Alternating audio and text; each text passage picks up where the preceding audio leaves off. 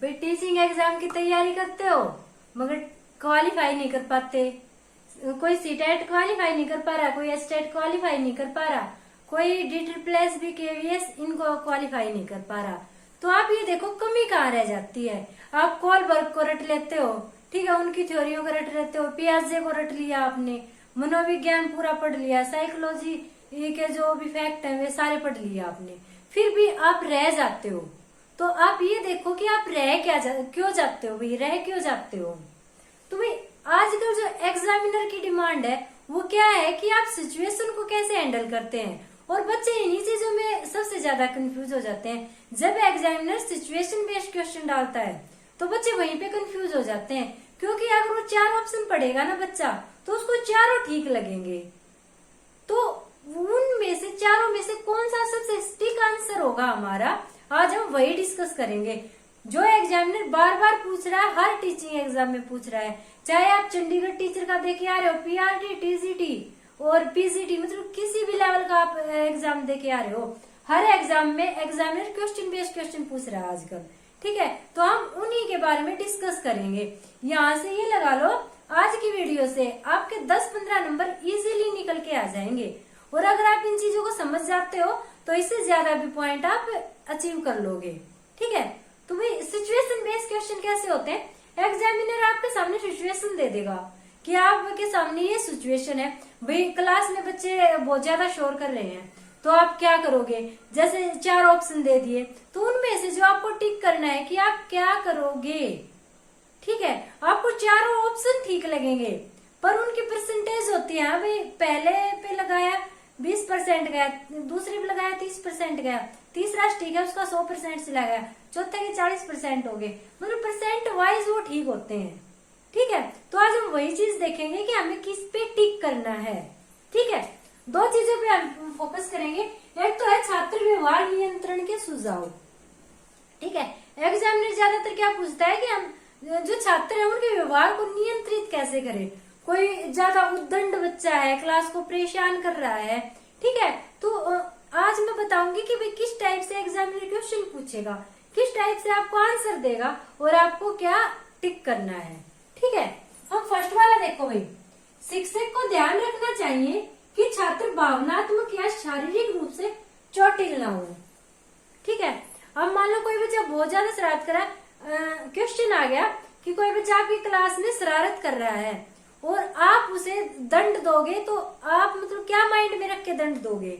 एक दे दिया आप उसको शारीरिक दंड दोगे, सेकंड ऑप्शन हो गया आप उसको भावनात्मक दंड दोगे, तीसरा हो गया कि आप उसको इग्नोर कर दोगे, चौथा ऑप्शन आपको दे दिया कि शिक्षक को ध्यान कि आप मतलब ध्यान में रखोगे कि उसको भावनात्मक या शारीरिक चोट ना पहुंचे, कोई आघात ना पहुंचे, ठीक है।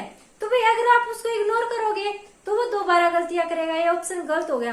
भावनात्मक चोट, भावनात्मक उसको दंड दे रहे हो वो भी गलत है, अगर शारीरिक दंड दे रहे हो वो भी गलत है, ठीक है। तो दंड कैसा होना चाहिए कि भाई ना तो उसकी भावनाएं आहत हो और ना ही वो शारीरिक रूप से चोटिल हो, इस प्रकार का दंड देना चाहिए आपको, ठीक है। ये बात आपको माइंड में रखनी है। बच्चा शरारत कर रहा है उसको इग्नोर बिल्कुल भी नहीं मारना, उसको दंड देना है आपको, मगर दंड हमेशा ध्यान रखना है ना ही तो भावनात्मक हो और ना ही शारीरिक हो, ठीक है। आगे मैं ये भी बताऊंगी कि किस टाइप से आपको दंड देना है, ठीक है। आगे क्वेश्चन आएगा। सेकंड देखो भाई, अनुशासनहीनता की स्थिति उत्पन्न हो तो शिक्षक को तुरंत शिक्षण रोक देना चाहिए, ठीक है। एग्जामिनर कैसे क्वेश्चन पूछेगा कि भाई आपकी क्लास में कोई बच्चा बहुत ज्यादा, एक बच्चा नहीं ये लगा लो पूरी क्लास अनुशासनहीन हो रही है, ठीक है। आप यहाँ पे पढ़ा रहे हो, वहां पे 2 बच्चे आपस में बातें कर रहे हैं, 2 बच्चे खेल रहे हैं, 2 बच्चे कॉपी पे ड्राइंग कर रहे हैं, ठीक है, बिल्कुल सभी अनुशासनहीन है। तो आप क्या करोगे, ठीक है, आप क्या करोगे। आपने भी ये चीजें फेस की होंगी। अगर टीचर आपको पढ़ाती थी, आप पीछे से शरारत कर रहे हो, तो मोस्टली टीचर क्या करती थी, कुछ सेकंड के लिए अपने शिक्षण को रोक देती थी, ठीक है। जब शिक्षण रुक जाता था सभी बच्चों का ध्यान टीचर की तरफ आ जाता था, भाई टीचर धारा पर पढ़ा रही है, एकदम से उसने शिक्षण बंद कर दिया, तो जो बच्चे बातें कर रहे हैं वो भी चुप होकर टीचर की तरफ देखेंगे कि क्यों बंद होगी। जो ड्राइंग कर रहे हैं वो भी टीचर की तरफ देखेंगे कि भाई मैडम क्यों बंद होगी। ठीक है, जो खेल रहे हैं वो भी टीचर की तरफ देखेंगे। क्या है, सारी क्लास शांत हो जाएगी, सारे अनुशासन में आ जाएंगे। ठीक है भाई, ये बात ध्यान रखनी है कि अगर अनुशासनहीनता की स्थिति आती है तो शिक्षक को क्या करना है, तुरंत शिक्षण रोक देना चाहिए। जो भी आप पढ़ा रहे हो, शिक्षक हो या शिक्षिका हो, आप जो भी हो, आप जो भी क्लास ले रहे हो, जो भी पढ़ा रहे हो, तुरंत कुछ टाइम के लिए उसको रोक देना चाहिए। ठीक है, और उसके बाद आप दोबारा से स्टार्ट कर सकते हो। 2 मिनट का गैप दे सकते हो, 1 मिनट का गैप दे सकते हो। सभी बच्चों का ध्यान आपकी तरफ चला जाएगा। ठीक है, और अनुशासन दोबारा से क्रिएट हो जाएगा। ठीक है, तो ये आपको ध्यान रखना है। अगर अनुशासनहीनता की स्थिति आती है तो आपको क्या करना है, कुछ समय के लिए, भाई यहाँ पे कंफ्यूज नहीं होना, यहाँ पे शिक्षण रोक देना चाहिए, मगर कुछ समय के लिए। ठीक है, कुछ समय के लिए। ऐसा नहीं है कि भाई आपने शिक्षण बिल्कुल ही बंद कर दिया, आप तो पढ़ाओगे ही नहीं, आपने पूरी क्लास ऐसे ही वीरान कर दी। ऐसा आप बिल्कुल भी नहीं करोगे। तो आपको क्या करना है, कुछ समय के लिए अपने शिक्षण को रोक देना है। आप एकदम से रुक जाओगे, सभी बच्चों का ध्यान आपकी तरफ हो जाएगा। उसके बाद आप दोबारा से पढ़ाना स्टार्ट कर सकते हैं। ठीक है भाई, तो भाई आई होप आपको समझ में आ रहा होगा। आगे चलते हैं, आगे क्या है, यदि कक्षा निरंतर अनुशासनहीन बनती जाए तो इसका मतलब है कि हमारा शिक्षण नीरस है। अध्यापक को तुरंत अपनी कार्यनीति बदलनी चाहिए। एग्जामिनर इस टाइप से क्वेश्चन पूछेगा कि भाई आपकी क्लास में बहुत ज्यादा अनुशासन है, आपने सारे तरीके अपना लिए, फिर भी अनुशासन कम नहीं हो रहा है, तो आप इस स्थिति में क्या करोगे।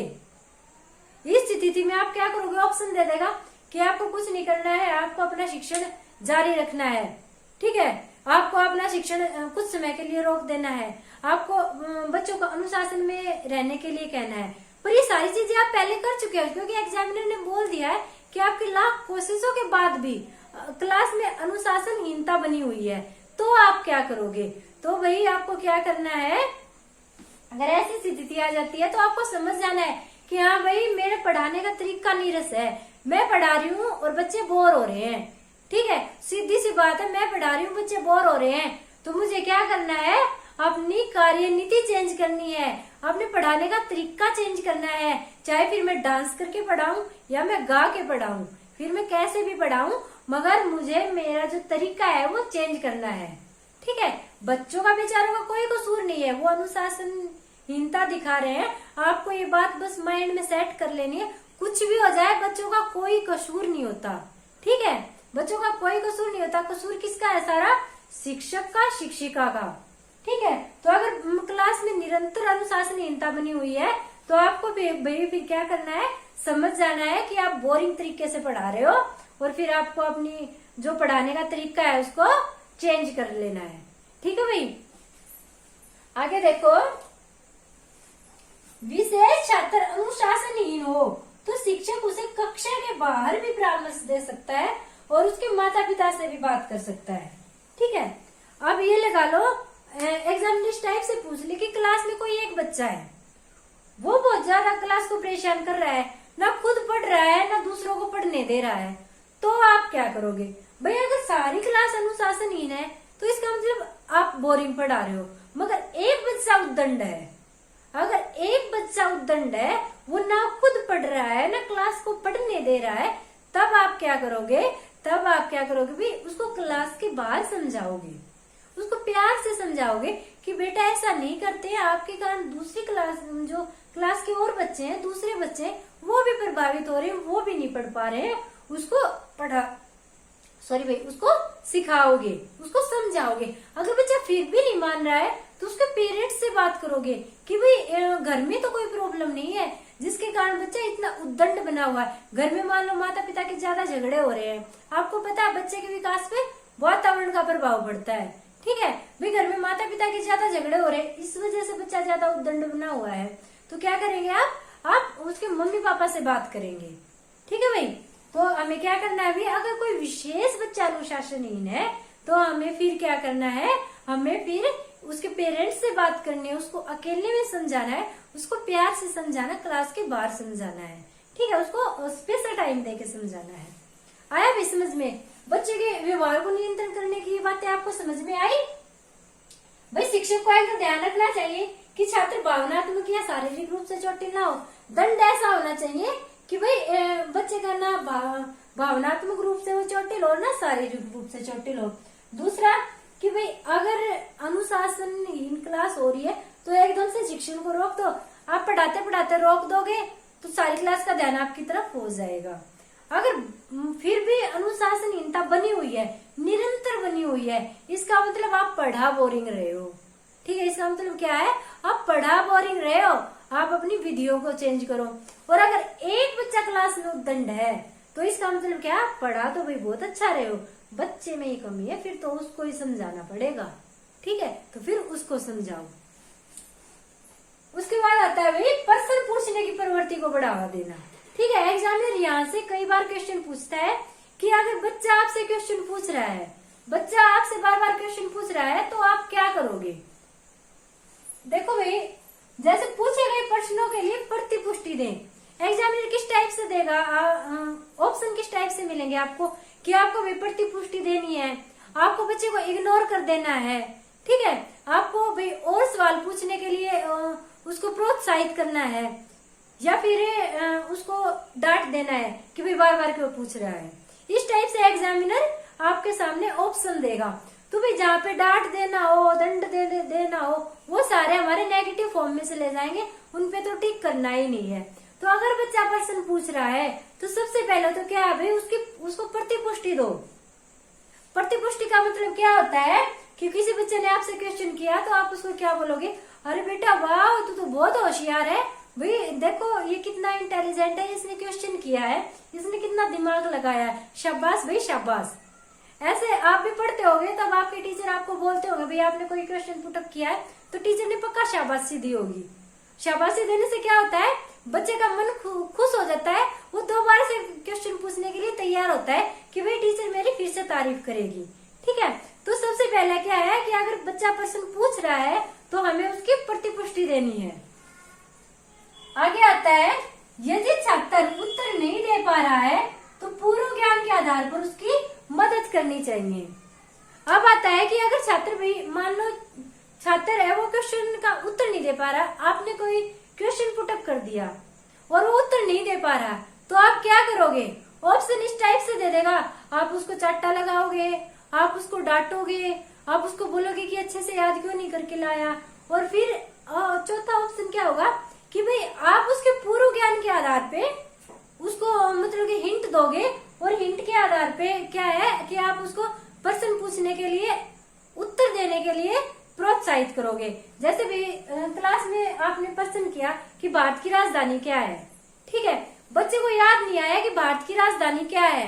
आप पहले हरियाणा पे जाओगे, आपको पता है कि बच्चे को हरियाणा के बारे में पता है, आप हरियाणा पे जाओगे, धीरे धीरे दिल्ली के बारे में कुछ बातें बताओगे उसको, तो उसको एकदम से याद आएगा कि हाँ भाई भारत की राजधानी हमारी दिल्ली है। तो क्या किया अभी आपने? जो बच्चे का पूर्व ज्ञान था वहां से आपने उत्तर को निकाला है। तो अगर बच्चा आपके प्रश्न का उत्तर नहीं दे पा रहा है तो आपको क्या करना है? पूर्व ज्ञान के आधार पर उसकी मदद करनी है ताकि बच्चा उत्तर दे पाए। आई बात भी समझ में? आगे देखो, अगर किसी प्रश्न का उत्तर आपको नहीं आता है तो अगले दिन उस पर विस्तार से चर्चा करना। भाई बहुत बार एग्जाम में क्वेश्चन पूछा गया है कि अगर आपको भाई क्लास में किसी प्रश्न का उत्तर नहीं आता, बच्चे ने कोई प्रश्न पूछ लिया, आपको उसका उत्तर नहीं आता, तो आप क्या करोगे? तो आप क्या करोगे भाई? एग्जाम में इस टाइप से ऑप्शन देगा कि भाई आप बच्चे को डांट के बिठा दोगे, आप उसको ये बोलोगे कि ये तो आउट ऑफ सिलेबस है, ये तुम्हारे काम की चीज है ही नहीं, इसको इग्नोर मारो, बच्चे को इग्नोर मार दोगे। सबसे बेस्ट तरीका क्या है? आप क्या बोलोगे क्लास में कि भाई आज हम अपना जो विषय है उसके बारे में पढ़ते हैं और कल हम इस पर विस्तार से चर्चा करेंगे। कि प्रश्न बहुत सारे छात्र पूछ रहे हैं तो देखिए मैं पढ़ाने तरीका। आगे देखो भैया आगे क्या है? यदि एक ही प्रश्न बहुत सारे छात्र पूछ रहे हैं तो शिक्षक को कहना चाहिए कि मुझसे एक विषय वस्तु से दूसरी पर जाने में कभी कभी शीघ्रता हो जाती है, और फिर दोबारा नीति का पुनरावलोकन करके बच्चों को नई विधि से पढ़ाना चाहिए। इसका मतलब क्या है भाई? आपने कोई लेसन करवा दिया, ठीक है, और बच्चे उसमें से बार बार क्वेश्चन पूछ रहे हैं। अब मालूम है आपने मैथ का कोई सूत्र बता दिया, बच्चे फिर भी बार बार पूछ रहे हैं, इसका मतलब क्या है कि बच्चों की समझ में नहीं आया है। आपने जो भी पढ़ाया है वो बच्चों की समझ में नहीं आया है। ठीक है, अगर बार बार क्लास के बच्चे पूछ रहे हैं तो आपको उनको क्या कहना है कि भाई शायद मेरे से ऐसा हो गया कि एक लेसन से दूसरे लेसन पे जाने में मैंने जल्दी कर दी है। ठीक है, तो हम पिछले वाला लेसन दोबारा से करेंगे। आप वो जो पीछे वाला आपका लेसन है वो आप दोबारा से करेंगे, नई विधि से करेंगे, विस्तार पूर्वक करेंगे। ठीक है, इससे क्या होगा कि जो बच्चे समझ नहीं पा रहे हैं वो चीजों को दोबारा से समझेंगे। ठीक है, और वो चीजों को अच्छे से समझ जाएंगे तो वे फिर भी बार बार क्वेश्चन नहीं करेंगे। ठीक है भाई, आया समझ में?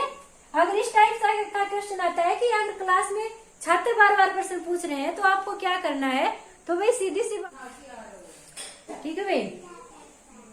उसके बाद आता है ये भाई मोस्ट इम्पोर्टेंट है, बार बार पूछा गया है सीटेट के एग्जाम में, तो 5-6 बार पूछा गया है। ठीक है, हास्य विज्ञान क्या होता है भाई? क्लास को एक तो बोरिंग तरीके से पढ़ाओ, बच्चे गुमसुम बैठे हैं, चुपचाप बैठे हैं, टीचर पढ़ा रहा है, पढ़ा के चला गया। और एक क्या है, टीचर छात्रों के साथ हंसी मजाक कर रहा है, बच्चों को भी पढ़ने में मजा आ रहा है, टीचर को पढ़ाने में मजा आ रहा है और बच्चों को पढ़ने में मजा आ रहा है। ये क्या होता है? ये हमारा होता है हास्य विज्ञान। तो हास्य विज्ञान है वो 3-4 बार ये क्वेश्चन आ चुका है कि जो हास्य है, जो हंसना है, वो कला है या विज्ञान? तो हंसना कला भी है और विज्ञान भी है, क्योंकि भाई हंसना सबके बस की बात नहीं होती और हंसाना तो भाई सबके बस की बात होती ही नहीं है। हंसाना तो किसी किसी के बस की बात होती है। ठीक है, तो ये एक विज्ञान भी है और कला भी है। विज्ञान क्यों है? क्योंकि कई बीमारियों की जड़ भी है। ठीक है, मतलब बीमारियों की जड़ नहीं है, बीमारियों का जड़ से विनाश करता है। ठीक है, तो ये विज्ञान भी है, तो हास्य विज्ञान भी है और कला भी है। क्लास में हमें हास्य करवाना चाहिए। एक सार्वभौमिक क्रिया है, हर जगह हास्य होता है, हंसी मजाक होता है, हमें क्लास में हंसी मजाक करवाना चाहिए। पर मेन बात क्या है कि उस हंसी मजाक को हमें कंट्रोल में रखना चाहिए। ऐसा नहीं है कि भाई टीचर ने कोई मजाक की बात बोल दी, सारे छात्र हंस रहे हैं, वो टाइम सिर्फ हमारा 2-3 सेकंड का होना चाहिए। अगर उसके बाद भी वो मजाक चला हुआ है तो इसका मतलब क्या है कि हमारी क्लास डिस्टर्ब हो रही है। ठीक है, इसका मतलब क्या है भाई, हमारी क्लास अनुशासनहीनता की ओर जा रही है। हमें क्लास को अनुशासनहीनता की ओर नहीं लेके जाना है। ठीक है, हंसना जरूरी है, हास्य विज्ञान जरूरी है। ठीक है, जैसे अब मैं हंस रही हूँ तो क्या है कि हास्य विज्ञान जरूरी है, मगर क्या है कि अनुशासनहीनता की ओर नहीं लेके जानी है क्लास को। हमें हंसी मजाक सिर्फ इतना ही करना है जो हमारी विषय वस्तु के अकॉर्डिंग हो। कोई भद्दे मजाक क्लास में नहीं होने चाहिए और एक मजाक का टाइम 2 से 3 सेकंड्स के ऊपर नहीं होना चाहिए, वरना हमारी विषय वस्तु रह जाएगी। ठीक है भाई, तो ये थे भाई इम्पोर्टेंट फैक्ट सिचुएशन बेस्ड, जो बार बार एग्जामिनर पूछ रहा है, हर टीचिंग एग्जाम में पूछ रहा है। आप सीटेट की तैयारी कर रहे हो, स्टेट की तैयारी कर रहे हो, DSSB, KVS, Chandigarh, PRT, TGT, PGT, किसी भी एग्जाम की कर रहे हो